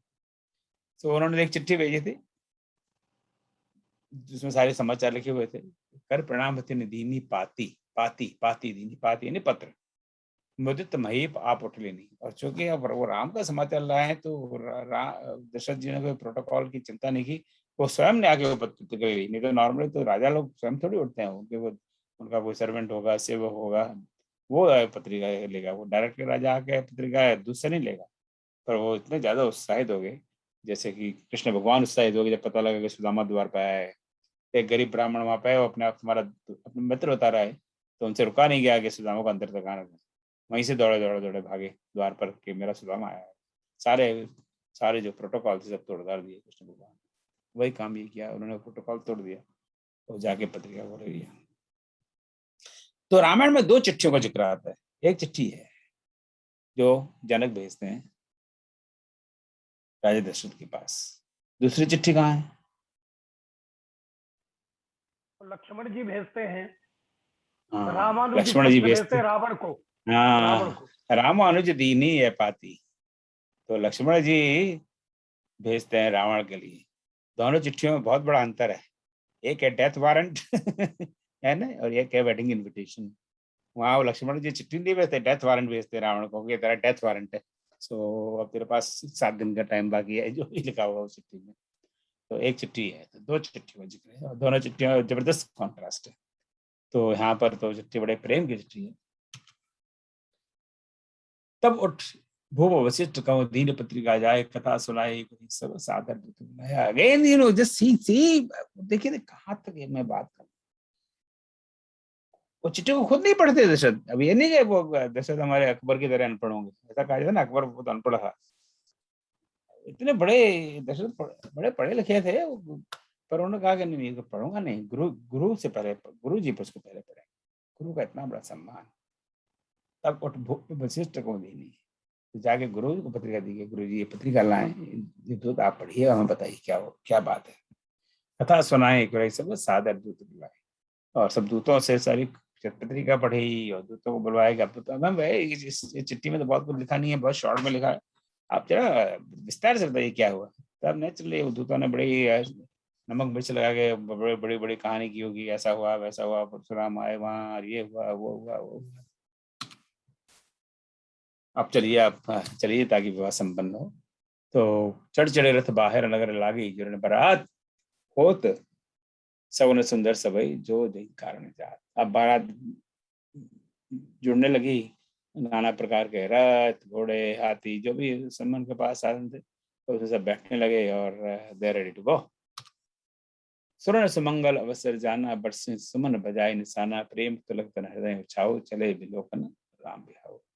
और ये बारात चलने लगी, तो जो ऊपर जो देवी देवता बैठे हैं वो तो ऐसे मौके की तलाश में रहते हैं कि अरे अरे बात तो बढ़िया टाइम आया, अब इनसे विवाह होगा और बाद में हमारा कुछ काम होगा। तो वो अपना वहाँ बैठे बैठे अपने निशान है नहीं, बाजा ध्वनि, वहाँ पे उनके पास जो भी वीणा और हारमोनियम और फ्लूट या जो भी उनके पास वादित वो बजाने लगे, और प्रेम तिलक तन हृदय उछाऊ, चले बिलोकन राम गाऊ, और सब चलने लगे कि चलो चलो हम बारात में चलते हैं। दशरथ सहित समाज बराज विभग बिलोक लोक प्रतिलाज, एक विद्राह मंडप पहीं आए, अर्घ देहि आसन बैठा है। और अब बहुत सारी लाइन वी आर स्किपिंग है, तो पहुंच गए वहां पर, उनका बड़ा आदर सम्मान हुआ। अभी भी होता है ये प्रथा, अभी भी चल रही है, हालांकि इसका इम्पोर्टेंस काफी कम होता चला जा रहा है। वो बड़े, मैं मानता हूँ, बड़ा दुर्भाग्य है, पर हो रहा है वो। तो जनक पर पहुंचकर उनका बड़ा सम्मान हुआ और उनको बड़ा अच्छे बड़े सिंहासन वगैरह की व्यवस्था की गई। और राम जी, मंडप की व्यवस्था हुई और राम जी मंडप में आए और उनको अर्घ्य देकर आसन में बैठाया गया कि आप विराजिए, विवाह की तैयारी शुरू करते हैं। सी समार समाज बनाई, मृद मंडप चली लवाई, तई अवसर करे विधि व्यवहारो, दो कुलगर सब कीन विचारो। तो अब सीता जी का श्रृंगार किया, जैसे सखियां करती हैं शादी विवाह में, लड़कियों का श्रृंगार किया जाता है और उनको मंडप में लाए। तो पहले हमेशा हमारी जो संस्कृति है उसमें सबसे पहले लड़का आता है मंडप में और लड़का बैठता है और वो उनसे कुछ संस्कार करवाए जाते हैं, और बाद में जो कन्या है उसको बुलाया जाता है। वही प्रथा देखिए नहीं, हम देख रहे हैं। और दोनों कुलों ने, दोनों कुलों के गुरुओं ने जो भी उनके जो उस अवसर पर रीति व्यवहार कुलाचार संपन्न की। सही ना, अब हम जो भी शादियां आज भी होती हैं, सब कुलों के अपने अपने, सब परिवार के अपने अपने रीति रिवाज होते हैं, उसी हिसाब से शादियां होती हैं, शादी विवाह होते हैं। होम समय तनुधर नल अत्सुकाय कले, विप्रवेश धर वेद सेवा कई विवाह विदधि। अभी तो राम सीता का विवाह है, तो उस समय तो जो अग्निदेव हैं वो तो स्वयं शरीर का धारण कर लेते हैं, और जो आहुति उनको दी जाती है, बड़े खुश होकर, बड़े प्रसन्न होकर आहुति को लेते हैं। और जो वेद हैं वो स्वयं ब्राह्मण का रूप ले लेते हैं और विवाह की विधि बताते हैं कि अब ये करो, अब ये करो, अब ये करो, अब ये मंत्र पढ़ो, अब ये मंत्र पढ़ो। कुंवर कुंवर कला भावर देहि, नयन लाभ सब साधन। तो कुंवर यानी वर, और कुंवरी यानी कन्या, वर और कन्या, कला भावर देहि, अब भावरे लेते हैं, और उसको देखकर सब बड़ा, सबके नेत्रों को बड़ा आनंद मिलता है, नेत्रों का लाभ मिलता है। राम सी ये सिंदूर देहि, अब ये सिंदूर देने की परंपरा बहुत पुरानी है, तो श्री राम सीता जी की मांग में सिंदूर भर रहे हैं। शोभा कहीं न जात विधि की, इसको किसी भी प्रकार से आप वर्णन करो, इसकी शोभा का वर्णन नहीं हो सकता। So they are very simple, I think, straightforward lines. यही विद राम विवाह उछाओ, सकई न बरन सहस मुख जाओ। इसी प्रकार भगवान राम का, श्री राम का विवाह हुआ, विवाह का उत्सव उछाओ, उत्सव वर्ण सकई न वर्ण, इसका वर्णन नहीं कर सकता। जिसके सहस मुख है, जिसके हजार मुख है, वो भी वर्णन नहीं करता। अभी अभी सहस नयन की बात की थी एक बार, सहस बाहु सहस नयन, अब यहाँ सहस मुख, हजार मुख हैं, वो शेष जी, तो जो शेष जी हैं वो भी इसका वर्णन नहीं कर सकते। बहुविध भूप सुता समझाए। अब यहाँ देखिए ये है कि हमारा ट्रेडिशन है, राइट, भारतीय संस्कृति, कितना भी बड़ाई करो, इस सैड कि मेनी ऑफ दोस्त दैट डिसअपीयरिंग। अब सीता जी को क्या समझाने की जरूरत है, पार्वती जी को क्या समझाने की जरूरत है। तो पार्वती जी का विवाह हुआ, तब भी उनकी माता पिता उनको समझाते हैं कि देखो अब तुम्हारा विवाह हो गया है, अब तुम ससुराल जा रही हो, तो तुमको इस तरह से रहना है, इस तरह से पहनना है, इस तरह से बैठना है, इस तरह से चलना है, इस तरह से खाना है, इस तरह से पहनना है। पार्वती जी को ज्ञान दे रहे हो आप, पर एक माँ बाप का कर्तव्य है। यहाँ भी वही काम, बहुविध भूप सुता समझाए, यहाँ भी राजा सीता को समझाते हैं कि देखो बेटा अब तुम्हारा विवाह हो गया है, ससुराल जा रही हो, वहाँ तुम्हारी सास हैं, ससुर हैं, देवर हैं, सबका किस तरह से उनसे व्यवहार करना है, किस तरह से घर में रहना है। तो जो सारे जो धर्म को समझाया, इतनी जबरदस्त ट्रेडिशन है, धीमे धीमे इट हैज ऑल डिसअपीयर्ड। नारी धर्म कुल रीत सिखाई, और जो नारी का जो धर्म है और कुल की रीत है उसके बारे में सारा ज्ञान दिया। सी चलत व्याकुल पुरवासी हो सवन सम मंगल राशि, चलिए बरात इंसान बजाई मुदत छोट बड़ सबसे विदाई।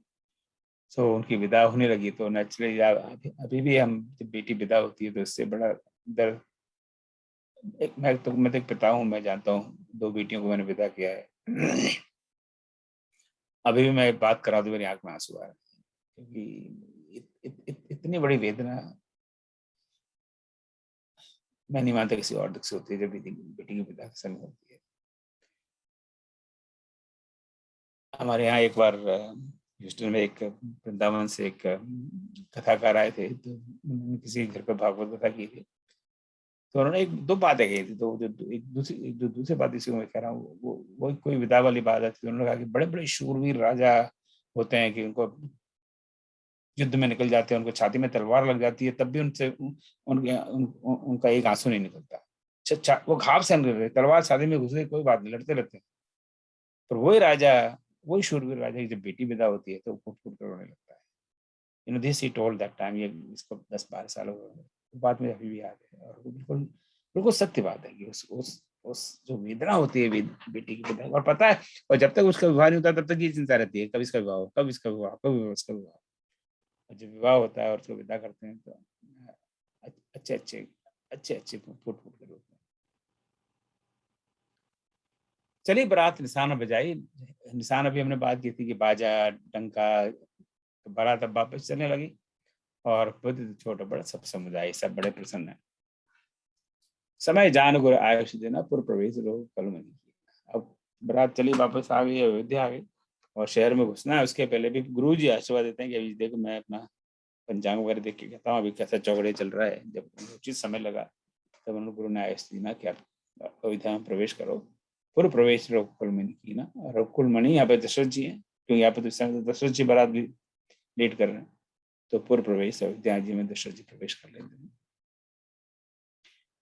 आए ब्याह राम जब करते, बसे आनंद अवध सब तक से। और जब से राम जी विवाह करके अयोध्या आए तब से बस वहाँ आनंद ही आनंद है, अवध में सबसे आनंद ही आनंद है। और इनफैक्ट अयोध्या कांड की पहली चौपाई ही जिसकी होती है, सेम चौपाई रिपीटेड, सेम मतलब with different words with the same. और ये बालकांड का अंतिम सोरठा अंतिम बनती है। सिय रघुवीर विवाह जय सप्रेम गावई सुनई, तिन कौ सदा उछाव मंगला इतन राम। सीता और राम का विवाह को जो प्रेम से गाते हैं और सुनते हैं। तिन कौ सदा उछाव यानी उत्साह, उनके मन में हमेशा उत्साह रहता है। तिन कौ सदा उत्साह मंगला इतन राम जसु, क्योंकि राम जी का जसु जस यानी यश, जसु जस यानी यश, राम जी का यश मंगल आयतन, मंगल का आयतन है, मंगल का आयत है, मंगल का धाम है। तो यहाँ पर बालकांड ये समाप्त होती है राम जी के प्रकट होने से लेके अब तक। प्रकट हुए, बालपन हुआ, विश्वामित्र जी के साथ गए, वहां पर तड़का और अन्य राक्षसों का वध किया, अहिल्या का उद्धार, और यहाँ पे धनुष यज्ञ, किसी परशुराम से मुठभेड़, और फिर उसका हुआ। तो ये इनका एक तरह से बाल, जो हम कहते हैं ना 4 आश्रम होते हैं, क्या कौन से 4 आश्रम होते हैं? सबसे पहला आश्रम क्या कहते हैं उसको? गृहस्थाश्रम, वानप्रस्थाश्रम, संन्यास आश्रम, और सबसे पहला क्या नाम में भूल गया? ब्रह्मचर्य। ब्रह्मचार्य। थैंक यू, मैं बिल्कुल दिमाग से लग गया। Thank you. तो जो सबसे पहला आश्रम है ब्रह्मचर्य आश्रम, तो उसका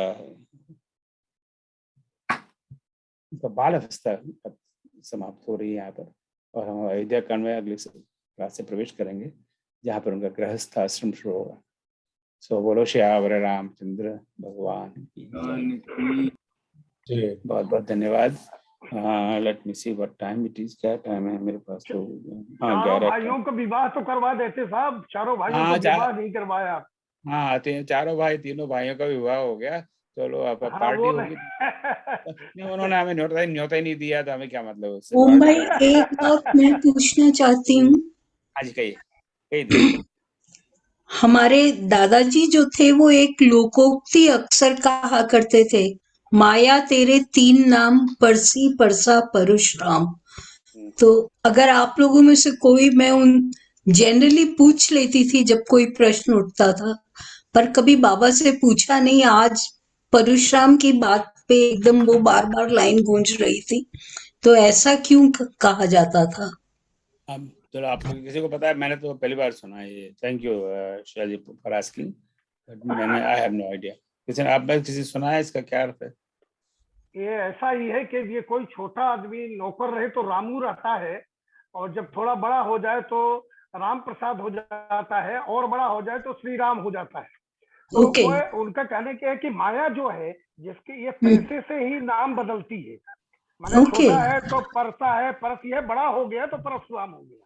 ऐसा ओके। ऐसा इस तरह का थैंक यू।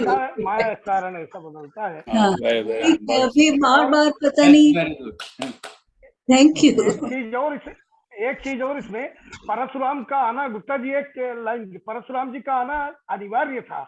यदि परशुराम जी ना आते तो राम विवाह धनुष तोड़ने के बाद युद्ध करते राजा, वहां जितने राजा थे सीता जी को ले जाने न देते, इसलिए जानबूझ के परशुराम जी वहां आए हैं। वो सब उनके आने के बाद भूप डराने, सभी राजा डर गए और चले गए, नहीं तो लड़ाई होती, खून खराबा होता, सीता जी को हाँ, ले ना जाने देते। ये है इसका। चलो, वेरी नाइस, थैंक यू, धन्यवाद। और एनी अदर क्वेश्चन, कमेंट? एक कमेंट, मैंने सवाल पूछा भी था जब आपने प्रश्न कहा था कि परशुराम और जी राम कल वो दोनों विष्णु के अवतार हैं, तो एक अवतार दूसरे का मान मर्दन क्यों करना चाहता है? इतना अपमानित पिताजी ने किया। वाल्मीकि रामायण, अध्यात्म रामायण और आनंद रामायण में बिल्कुल डिफरेंट स्टोरी है। यहाँ पर जानबूझ करके कि मेरा भगवान आपसे बड़ा है, ये मुस्लिम प्रभाव लगता है हमें, कि ऐसा दिखा रहे हैं कि परशुराम जी तो बहुत छोटे हैं राम जी के सामने में।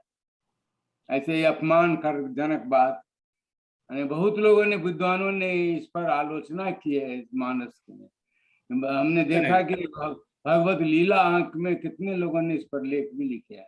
हाँ, नहीं, देख, जहाँ तक वो जो आलोचना की बात है, तो विद्वान लोग तो राम की भी बहुत आलोचना करते हैं, क्योंकि आप आए थे वहाँ रामायण कॉन्फ्रेंस में अहमदाबाद में, आपको पता है वो देवी जी बोलने के लिए आई थी, बहुत याद है, मुझे याद है नीलम कुलश्रेष्ठ जी। तो उन्होंने किसी की कविता सुनाई थी, वो करके राम और रावण एक ही थाली के चट्टे बट्टे हैं। उस कविता का एक आई रिमेम्बर।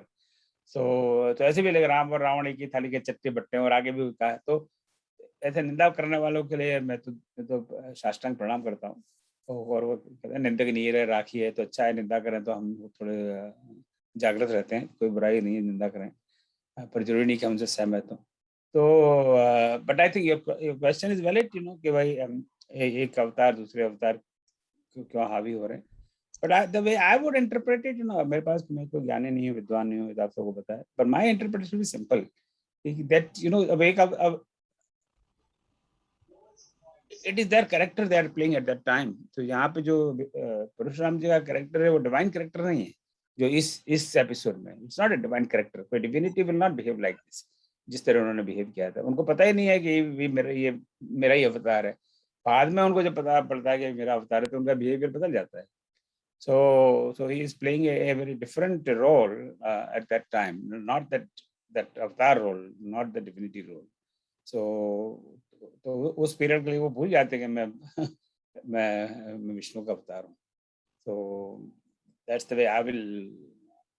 हम many times we do that, हम एक मनुष्य हैं, तो कई बार हम भूल जाते हैं कि हमें ऐसा नहीं, हम किस पोजीशन पे, और हमें इस तरह का शब्द नहीं बोलना चाहिए। अभी कल ही मैंने कहीं देखा था, क्या था, जो ट्रम्प और बाइडेन के बीच में डिबेट हुई थी। आपको तो पता होगा, मिलेगी जो यहाँ पे डिबेट का सिस्टम है यूएस में, इंडिया में ये नहीं है, बिकॉज डिबेट करने से सब घबराते हैं, बड़े बड़े नेता, face public.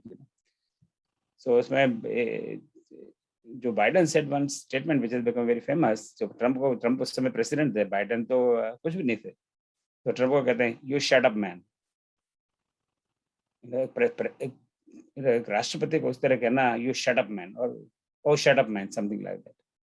So the question is, can anybody use this kind of words for a sitting president? But कैसा भी president हो, So that time, two ways it can be argued. One can be argued that Biden should not have used these words, But the other way you can argue that उस समय जो Trump का behavior था, it was not a presidential behavior at all.